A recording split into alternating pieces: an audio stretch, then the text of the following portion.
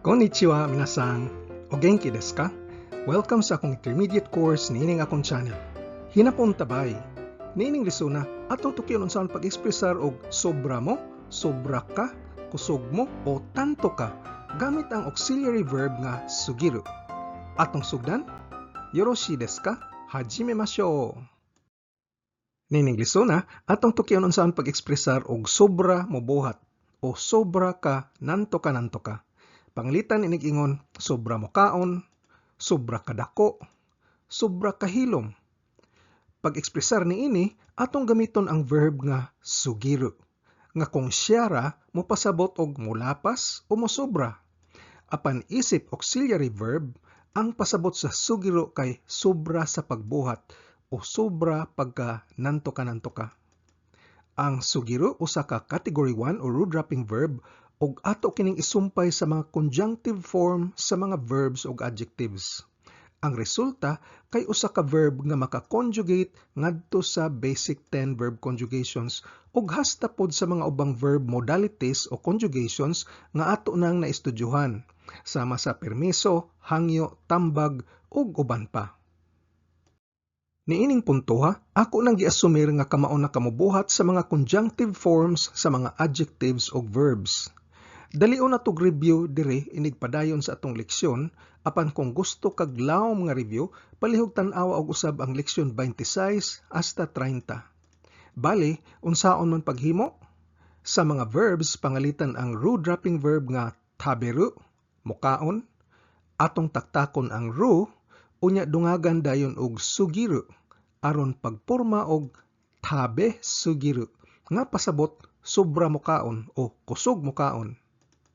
Para sa mga category 2 verbs o mga last hiragana changing verbs, pangalitan nomu, nga muinom, ang katapusang hiragana usbon ngadto sa I series, ang nomu mahimong nomi. Unya, ikabit dayon ang sugiru, aron pagporma og nomi sugiru, nga pasabot sobra mo inom o kusog mo inom. Pwede nimo rebyuhon ang mga i-adjectives sa leksyon 15. Apan pagporma sa conjunctive form, pangalitan sa oki, nga pasabot dako. Taktakon ang katapusang hiragana i, unya ikabit ang sugiru, aron pagporma og oki sugiru, nga pasabot sobra kadako o tanto kadako. Laing ehemplo, ang atsui, pasabot init. Taktakon ang katapusang i, unya ikabit ang sugiru, pagporma og atsu sugiru, nga pasabot tanto kainit o sobra kainit. Para sa adjective nga i, nga pasabot maayo, ang atong i-conjugate kay ang iyang synonym nga yoy, ug dili ang i. Taktakon ang katapusang i sa yoy, unya ikabit ang sugiru, pagporma og yo sugiru, nga pasabot sobra ka maayo. Para sa mga na-adjectives, pangalitan ang shizukana, nga pasabot hilom, taktakon ang na, unya isumpay ang sugiru, pagporma og shizuka sugiru, nga pasabot sobra kahilom. Laing ehemplo, fuben na o hasol, taktakon ang na, ikabit ang sugiru, aron pagporma og fuben sugiru, nga pasabot hasol kaayo o tantong kahasol. Pwede nimo ma-review ang mga na-adjectives sa leksyon 16. Sunod atong praktison ang paghimo sa conjugation ug sugda nato sa mga category 1 o root-dropping verbs. Ang neru kay matog ug ang nesugiru kay sobra matog. Ang kangairu kay muhuna-huna ug ang kangai sugiru kay sobra o tanto nga maghuna-huna. Karon atong tukion ang mga category 2 o last hiragana changing verbs. Paghimo sa conjunctive form, ang katapusang hiragana sa dictionary form usbon ngadto sa I series, unya ikabit ang sugiru. Pangalitan, kaku, musuwat. Ang kaki sugiru kay sobra musuwat. Isogu, magdali. Isogi sugiru, sobra o tantong magdali. Ang hanasu kay musulti. Hanashisugiru, hanashi sugiru, sobra mosulti. Hakobu, mokarga o mohakot. Hakobi sugiru, sobra mokarga o sobra mohakot. Nomu, moinom. Nomi sugiru, sobra moinom, nahimo ng palahubog. Tsukuru, mohimo. Tsukuri sugiru, sobra mohimo. Motsu, mo panag-iya. Mochi sugiru, sobra mo panag-iya. Yu, mosulti. I sugiru, sobra manulti. Sa tibok hinapon, adunay usa ka verb nga nagtapos sa nu ug kini ang shinu nga pasabot mamatay. Di ni pwede sumpayan og sugiru kay ang shini sugiru, way pasabot, wa ni meaning. Sa mga category 3 o irregular verbs, ang musumpay sa sugiru kay ang suru ra. Pasabot sa suru kay mubuhat. Pangalitan, benkyou suru, mutuon. Benkyou shi sugiru, sobra mutuon. Ang suru usa ka verb nga gamit kaayo kay pwede man isumpay sa mga nouns paghimo og mga compound verbs. Adunay sobra sa 300 ka mga noun plus suru verbs nga common nga gigamit sa hinapon. Ari na pud ta sa mga i-adjectives. Muzukashi, lisod. Mahimong, muzukashi sugiru, nga pasabot sobra kalisod o tanto ra kalisod. Takai, mahal. Taka sugiru, sobra ka mahal. Aritas mga na-adjectives. Shinsetsu na, buutan. Shinsetsu sugiru, sobra ka buutan. Hen na, makahibugngan. Hen sugiru, sobra ka kahibugngan. Ang sugiru usa ka category 1 o root wrapping verb, busa makonjugate siya ngadto sa basic 10 verb conjugations. Sugiru, mosobra. Suginay, di mosobra. Suginakatta, wa mosobra. Sugita, misobra. Unya ang mga formal forms dayon. Sugimas, sugimasen, sugimashita, sugimasen deshita. Ang te form kay sugite o ang conjunctive form kay sugi. Karon mo tan-aw tag mga sentences nga ehemplo. Unahon ta ang mga verbs nga gisumpayan og sugiru.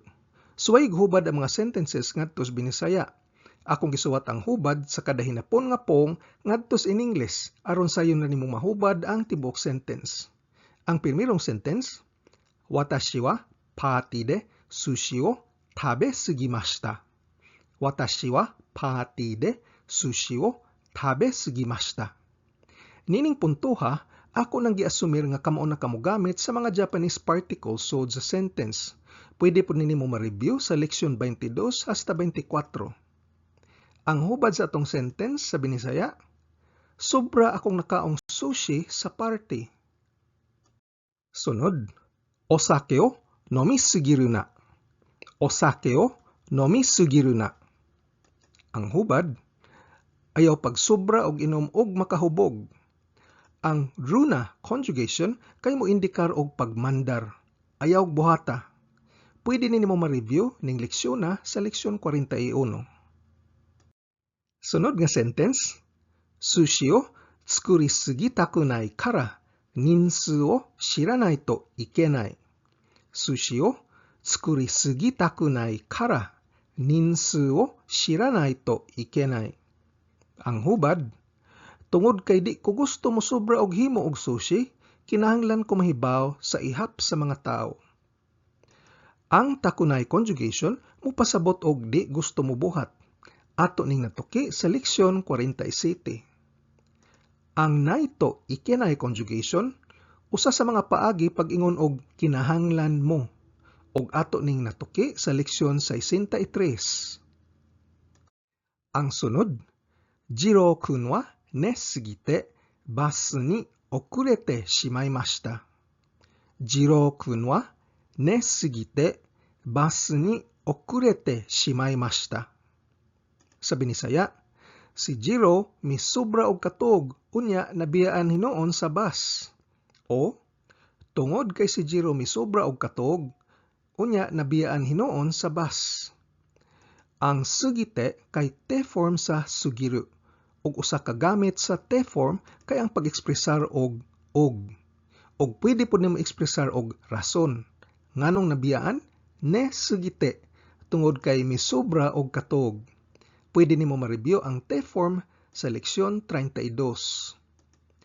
Ang te shimaimashita mo ekspresar og pagbasol ug pwede nimo ma-review sa leksyon 42.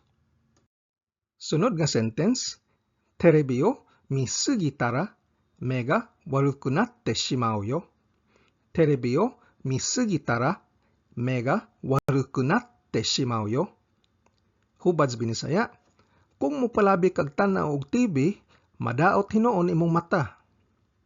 Ang tara conjugation usa sa mga paagi pag-ekspresar og conditional if o kung sa hinapon. Pwede nimo ma-review ang tara conjugation sa leksyon 62C.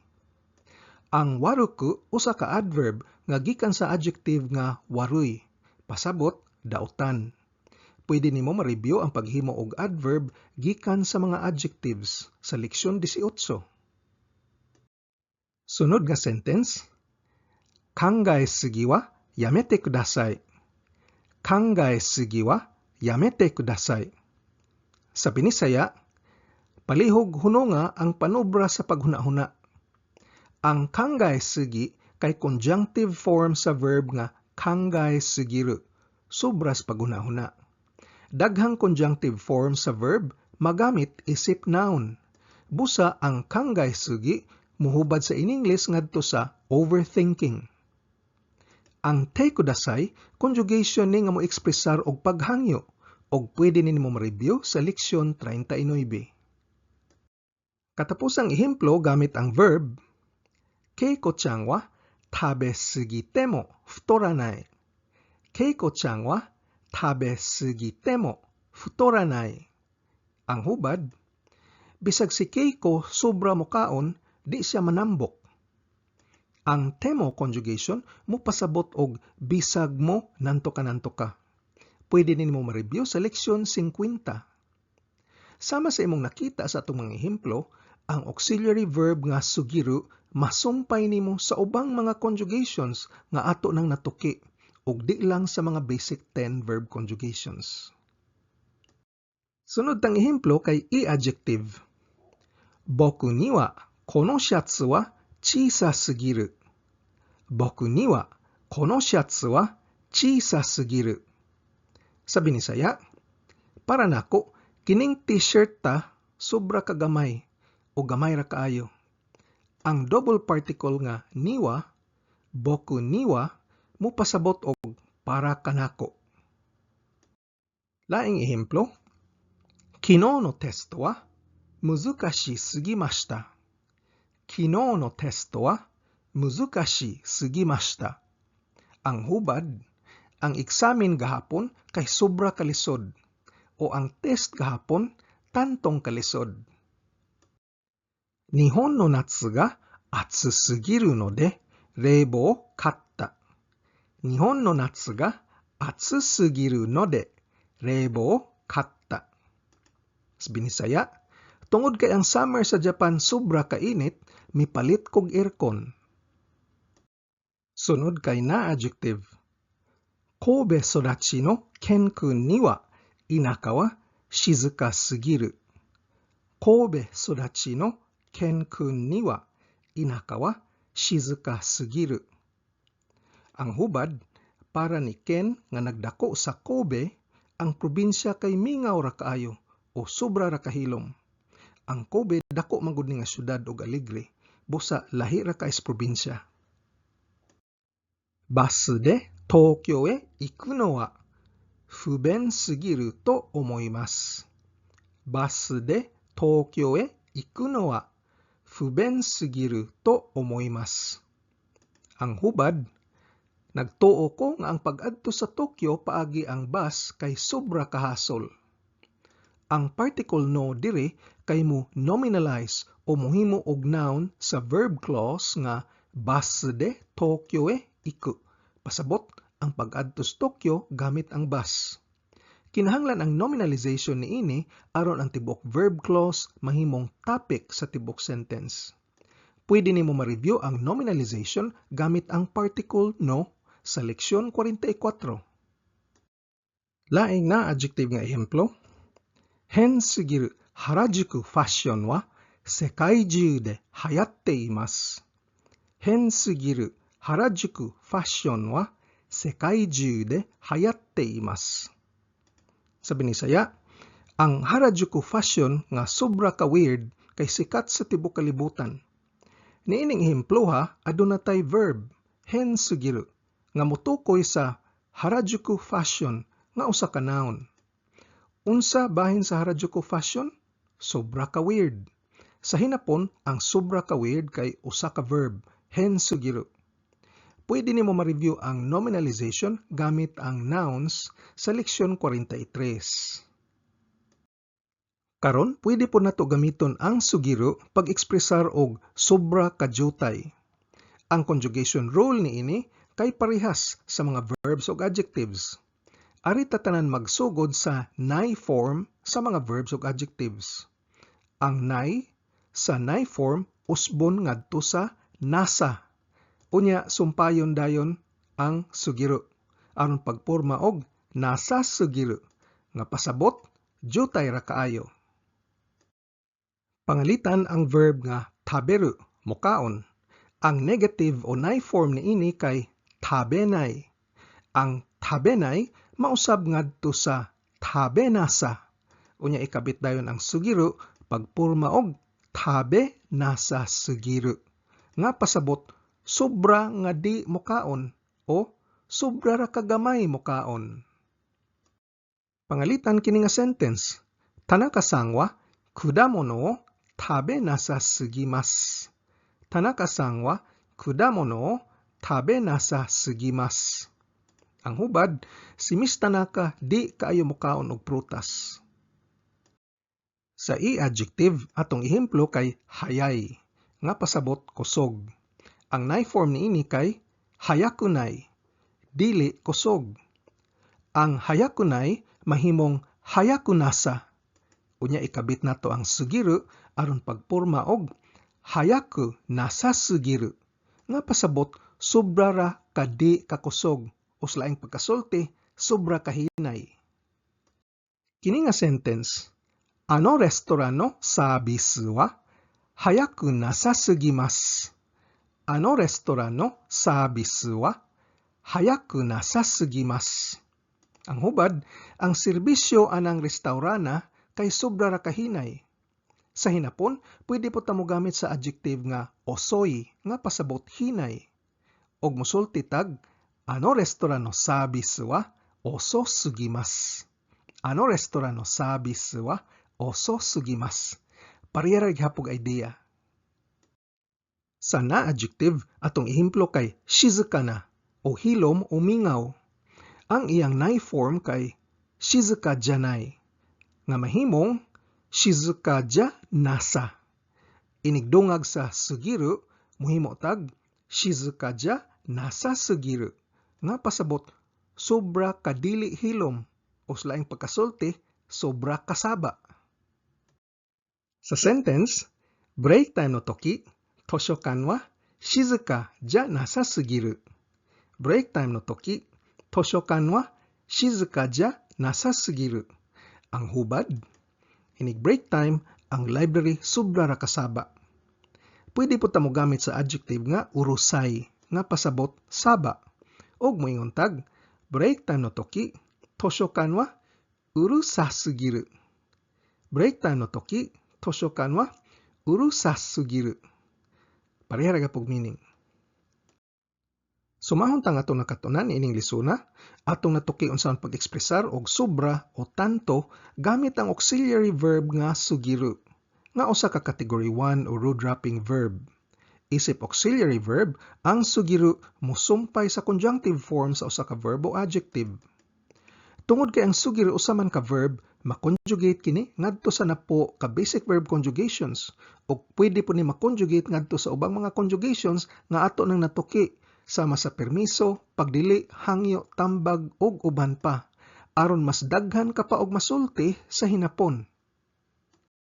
Pwede po nato gamiton ang sugiru pag-ekspresar og sobra ra ka jutay ug arita manukad sa nay form sa mga verbs ug adjectives. Ang nay sa nay form usbon ngadto sa nasa ug isumpay ang sugiru pagporma og nasa sugiru nga pasabot sobra ka jutay. Ug diri na human ang atong leksyon bahin sa sugiru. Tsugi no lesson ni mata aimashou. Gambatte kudasai. Kung arisgado ka gyud makat-on og hinapon, importante ang pagpractice adlaw-adlaw og paggahin og panahon. Kung nagsakay ra tas jeepney, nagwatch traffic, patubang sa trabaho, naglingkod ra sakyanan o ka break time nimo, balik-balik kinig tanaw og paminaw ang akong mga training videos nga giplano para lig-on ang imong pundasyon sa hinapon. Ayaw kalimti pag-like, share ug subscribe. Nihongo no benkyo ni Gambarimashou. Otsukare sama deshita.